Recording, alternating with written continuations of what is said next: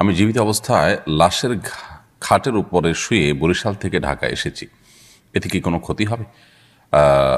ভাই শাহজালাল, এতে ক্ষতির কোনো দিক নেই এবং ক্ষতি হওয়ার কোনো আশঙ্কা নেই। এগুলো আমাদের অনেকেরই অহেতুক ভয় অথবা জনশ্রুতি যে লাশের খাটিয়াতে শুয়ে থাকলে, ঘুমিয়ে থাকলে, আসলে এক জায়গা থেকে আর জায়গায় ইত্যাদি, তাহলে সেক্ষেত্রে লোক বাঁচবে না, মারা যাবে। এগুলো অহেতুক ভয়, আমাদের একেবারেই কুসংস্কার। লাশের খাটে কোনো কারণে যদি কারোর বসতে হয়েছে, শুতে হয়েছে, তাহলে তার কারণে তার কোনো ক্ষতি হওয়ার কোনো সম্ভাবনা নেই এবং এর কারণে কোনো তিনি গুনাহের কাজ করেছেন, ব্যাপারটি সেরকমও নয়। সাধারণত লাশের খাটের উপর তার কেউ ঘুমোতে যায় না, শুতে যায় না, কিন্তু কোনো কারণে কেউ যদি সেখানে বসতে হয়েছে, তাকে শুতে হয়েছে, ঘুমাতে হয়েছে, এরকম যদি হয় তাহলে তাতে কোনো অসুবিধা নেই, অন্তত কোনো গুনাহের কারণ নেই। তবে এটা ঠিক যে সাধারণত লাশের খাট এটা থাকে হলো পুরো সমাজের সমস্ত মানুষের তরফ থেকে অথবা এককভাবে কারোর তরফ থেকে মৃত মানুষদের জন্য ওয়াকফ করা।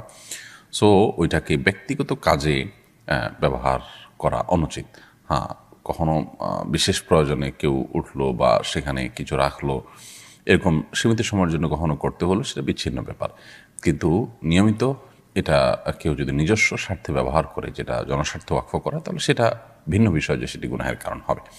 বাট আপনি এখানে শুয়েছেন অথবা এটাতে বসেছেন, এর কারণে আপনার কোনো গুনাহ হবে বা এর কারণে আপনি মারা যাবেন, এরকম কোনো বিষয় কিন্তু নেই। সুরমা সোহরান আপনি লিখেছেন, স্বামীর পকেট থেকে যদি না বলে কিছু অল্প টাকা নেই তাহলে কি গুনাহ হবে? স্বামীর পকেট থেকে যদি আপনি না বলে টাকা নেন, অল্প হোক আর বেশি হোক, এটা নির্ভর করবে স্বামীর সাথে আপনার সম্পর্কের উপর।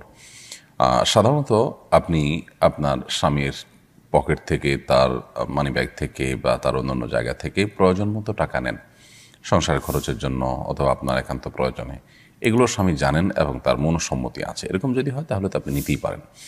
আর যদি সংসারের জন্য নয়, বরং আপনার নিজের জন্য নেন এবং সেটা স্বামীর অজান্তে, তিনি জানলে হয়তো আপনাকে প্রশ্ন মুখোমুখি করবেন অথবা কেন নিয়েছেন জিজ্ঞেস করবেন, অথবা তিনি যদি জানেন যে আপনি এটা নিজের সঞ্চয়ের জন্য বা নিজের অন্য কোনো কাজের জন্য, তার সংসারের কাজ ছাড়া অন্য কোনো কাজের জন্য নেন, তাহলে তিনি মনে কষ্ট পাবেন। এরকম যদি হয় তাহলে সেক্ষেত্রে এটা আপনার জন্য জায়েজ হবে না।